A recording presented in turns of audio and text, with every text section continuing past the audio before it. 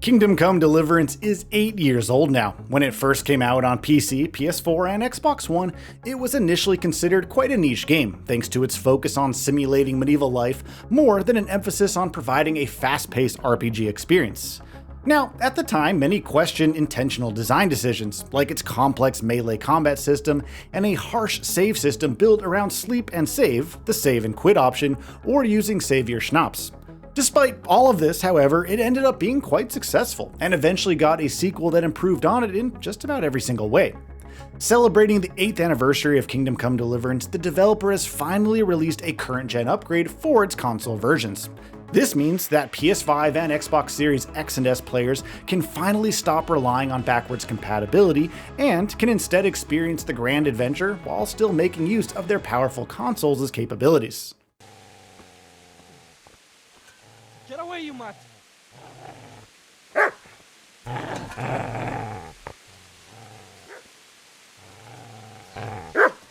Get away, you beast! What's going on? Now, let's get this right out of the way before we get into re-examining the medieval RPG in the modern context. This current-gen upgrade is largely oriented towards visual fidelity and performance improvements. In its own announcements, the developer says the upgrade uses PC Ultra quality as the baseline here, alongside added/improved features previously only available on PC. Even just starting up the game for the first time, it's immediately obvious this is a step up from the original console releases, helped by higher resolution textures and models, toggleable in the settings, and other PC-grade features making their way over. In fact, I'd actually go so far as to note that while we don't quite get massive leaps in visual fidelity in new console generations that we used to see in times like the 1990s and early 2000s, Kingdom Come Deliverance on PS5 shows that there is still plenty of difference.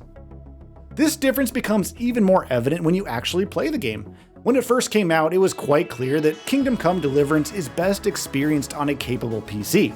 The PS4 release of the title targeted a playable frame rate of 30 FPS, but unfortunately the console would often chug along, with graphically intense moments often involving dips down to 20 FPS. Along with this, the base PS4 couldn't even run the game at 1080p, being limited instead to 900p. The PS5 version, on the other hand, feels far superior.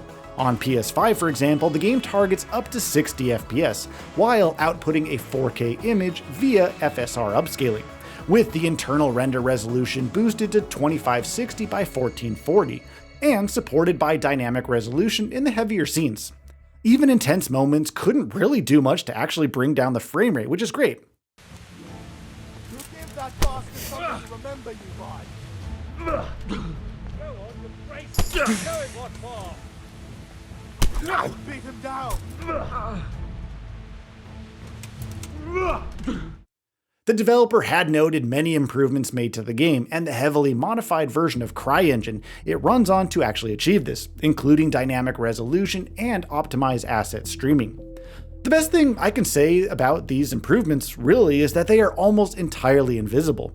I never really felt like my resolution was being dropped to favor performance, and personally speaking, as long as I'm getting smooth frame rates, I wouldn't really have even cared if it was noticeable at all. When it comes to the visuals and performance side of things, the PS5 release of Kingdom Come Deliverance feels like an absolute triumph, aside from one minor issue. Despite all the optimization work, loading still feels more noticeable than you'd expect from many PS5 native games, even if it is dramatically improved over last gen. Now, don't get me wrong, this is far from the horrendous loading times we used to see on previous gen HDD-based consoles, and the PS5's SSD is still quite obviously speeding things up to a notable extent. However, when compared to other modern titles, like Kingdom Come Deliverance 2 for instance, the load times are definitely on the slightly longer side.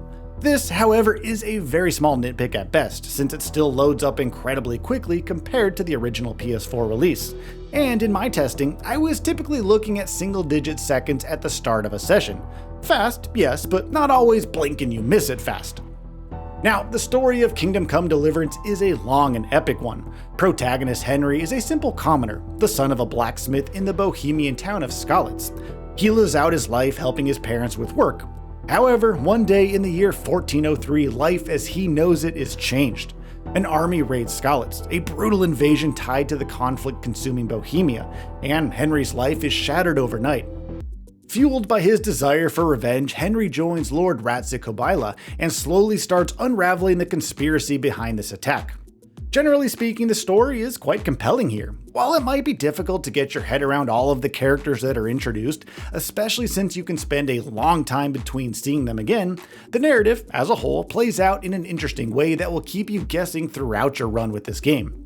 After this initial setup, Kingdom Come Deliverance basically leaves you to your own devices.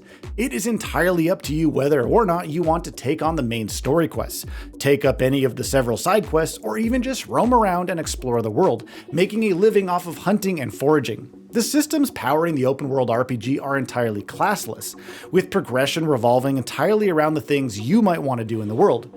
Get into a lot of fights with a sword, and you'll find your mastery with the weapon slowly rising. Heck, even non-combat skills can be developed in similar ways, and in fact, Henry doesn't even have the ability to read when you first start out in the game. This character development system plays a major role in making Kingdom Come Deliverance such a compelling game. Another major aspect of Kingdom Come Deliverance is its melee combat system. Rather than featuring simple hack-and-slash gameplay, getting into a fight here is a more deliberate affair. Various stats of your weapon, like the length of your blade and its weight, play a vital role in how much damage you can do. Along with this, you also have to pick which angles you want to attack from, and how you should block incoming attacks. It is a complex system to say the least that feels quite rewarding once you do actually figure it out and start winning fights at a more common pace. Range combat is more straightforward, but bows and crossbows don't always help much against the armored enemies.